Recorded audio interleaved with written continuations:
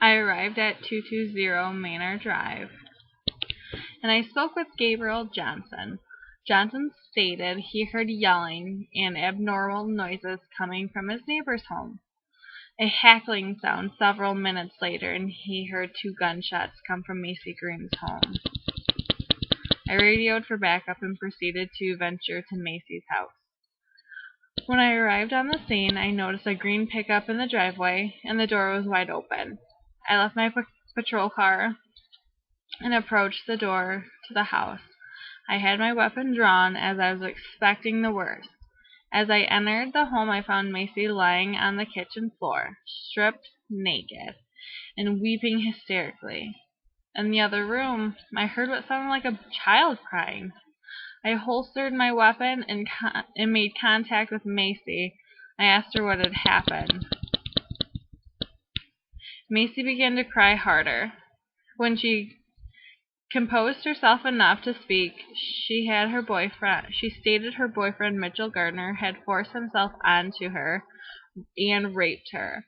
After he was finished, he attempted to shoot her and kill her. She stated that he fired 2 gunshots at her. After she managed to get away from him, after missing her, Macy stated that Mitchell ran out the door moments later. She was unaware of the location Mitchell would have gone to. After collecting the statement from Macy, I then went outside and talked to the witness. I interviewed my witness, Gabriel Johnson, and he stated that he was doing yard work when he heard Macy and her boyfriend fighting. He heard Macy shouting and yelling violently. Then following that, he heard 2 gunshots go off, and that's when he called 911. He also noted that Macy's boyfriend had fled out the back door. He couldn't see if Mitchell had a weapon on him, though. I took Mr. Johnson's contact information if I had any follow-up questions.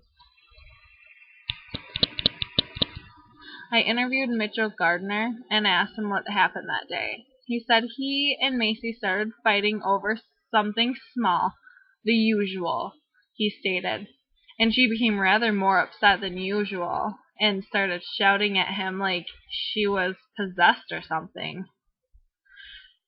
So then I asked Mr. Gardner if he has ever forced himself on Macy. He stated he did not. It was consensual, more as make-up sex, he said. I then asked him why he fled the house in such a quick manner. Mr. Gardner said he left because Macy pulled a gun on him and was trying to shoot him. She tried to kill me, he said with his eyes beginning to water. I asked him if at any point he had shot the gun. He stated he did. Mr. Gardner is 26 years old. He's a white male. He's about 5'9" and has tattoo sleeves on both arms. Mitchell is bald with a slim build.